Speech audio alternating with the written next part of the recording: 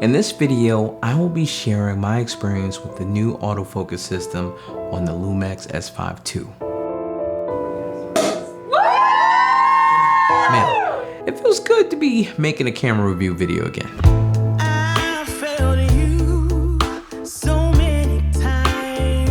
When I get a new camera, I never like to just jump into client projects with it. I like to put together a few small shoots so I can understand the camera as best as possible. I took 3 months off after we finished building this house, so once I got the S5ii, I had 1 month before my first wedding. So my goal was to learn the ins and outs of this autofocus system before my wedding season starts.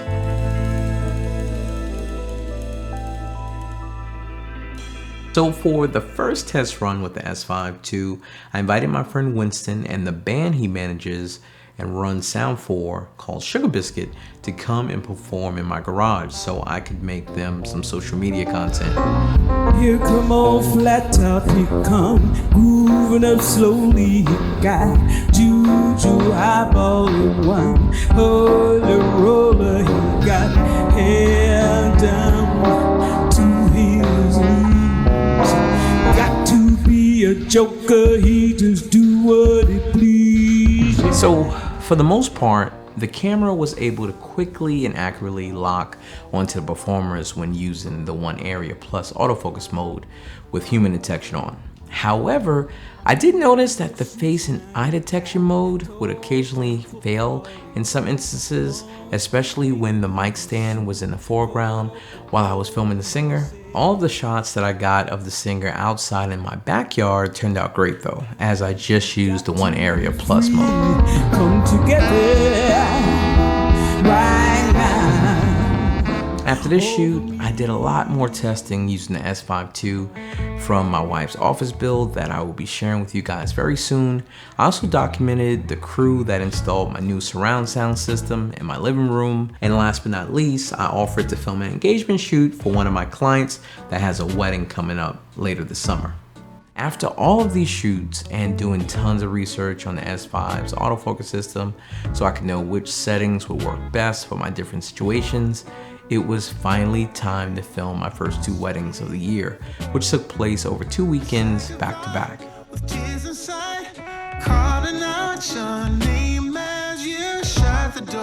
The first event is a 2-day Nigerian wedding, where the traditional wedding is filmed on the first day and the American style wedding, which they also call the white wedding because of the bride's dress, is filmed on day 2. And then the next weekend wedding gave me an opportunity to film an outdoor ceremony right in front of President Snow's house. Let's first go over the AF setting that the S5 offers for video. You have tracking, full area AF, zone, one area plus, and one area. You can also hit the display button which pulls up the detection settings menu. Here you can select human or face and eye or animal plus human detect. Last but not least, you can go to the AF custom setting for video and customize your AF speed and AF sensitivity. A quick side note, the day before my first event, Panasonic dropped version 1.1 of the firmware update for the S5ii, and I did update my camera before I started filming these weddings. For all of the prep shots, I filmed with the Lumix 24mm. My go-to AF mode for all of the detail shots is full area autofocus with human detection off. I film mostly all of my prep in 4K at 60 frames per second and set my AF speed to -5 and my AF sensitivity to +1. For all of my detail shots, the autofocus never failed me. When it came to the prep shots, when I was filming the bride and groom, I would use the one area plus AF mode with human detection on, and I kept my AF speed at -5 and my AF sensitivity to +1. And the reason for this is because I wanted my focus to seem natural and gradual as I moved from one subject to the next.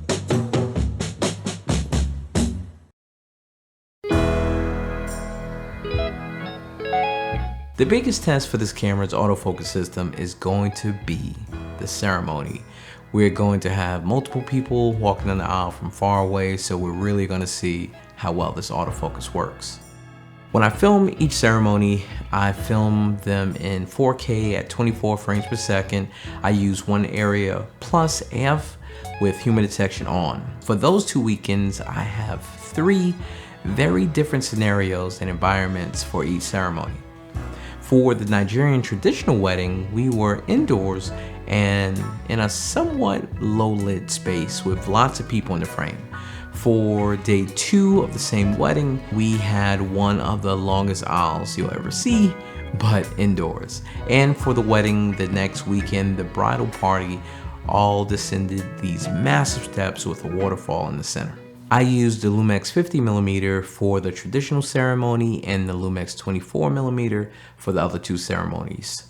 Starting with the traditional wedding, even when people were in the foreground of the groom's entrance, the S5 II stayed locked on to his face. For this ceremony, I set the AF speed to +5 and the AF sensitivity to +3.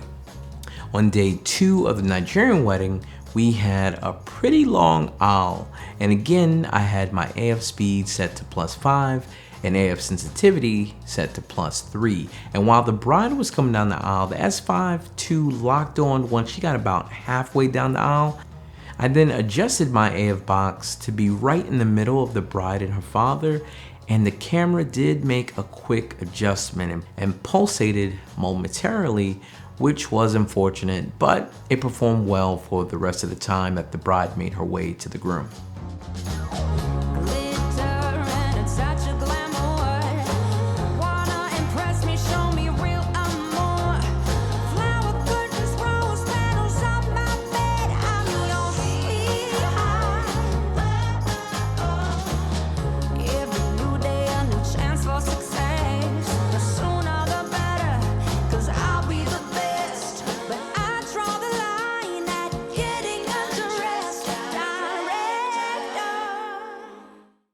So for my wedding on the second weekend, I decided to change my AF speed to +2 and the AF sensitivity to +1.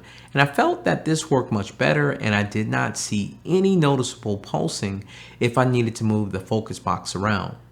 When the bride came down the steps, even though the bridesmaid was in the foreground, the S5 II stayed locked on, even though I kept moving the focus box as she came further down the stairs. When filming both events, I never used the face eye detect. The only time I used it was after the weddings when I filmed the post-wedding interviews. The morning of the wedding, I was nervous. Casey, the wedding planner, she came over that morning too. She's like, "How are you feeling?" And I was just like, I don't. When your subject is stationary and facing the camera, I feel that this is the best time to use the face and eye detect. I'm actually using it right now. If I put my hand in front of the camera and go back, it just locks right on my eyes. I can't let you go, baby. Once the ceremonies were over and it was like couple shots, reception, the autofocus just worked. The only time I adjusted the autofocus setting was when I was filming the core. I kept my AF speed at -5 and my AF sensitivity at +1. I got 0 pulsing when filming my detail shots when using these settings. So I have to be honest, once I learned that full area and 1 area plus autofocus worked so well, I really didn't use many other settings. The only time I used some different autofocus settings is when the flower girls were coming down the aisle and during the first look. I used the tracking settings. Okay, I see you. Unlike the S5, I didn't really see a difference when I was filming 4K 60 and then 4K 24. At the reception, when people were dancing and a lot of the B-roll, I filmed at 60 frames per second and it all just worked. For a lot of the toast and, you know, kind of shots where I'm documenting the day, I shot at 24 and the autofocus worked just as well. So I don't think you're gonna have to worry about filming in either 60 frames per second or 24 frames per second to get the best use out of this autofocus system. I found that the autofocus system on the S5 II to be a major improvement over all the other cameras, of course, right? But I'm really excited to continue filming with it. For the past 2 years, I kind of switched to manual lenses. So it's kind of cool to go back and use autofocus now. I'll be dropping my review on the S5 IIX very soon, and I'll see you guys in the next video. Peace. Yes, you did.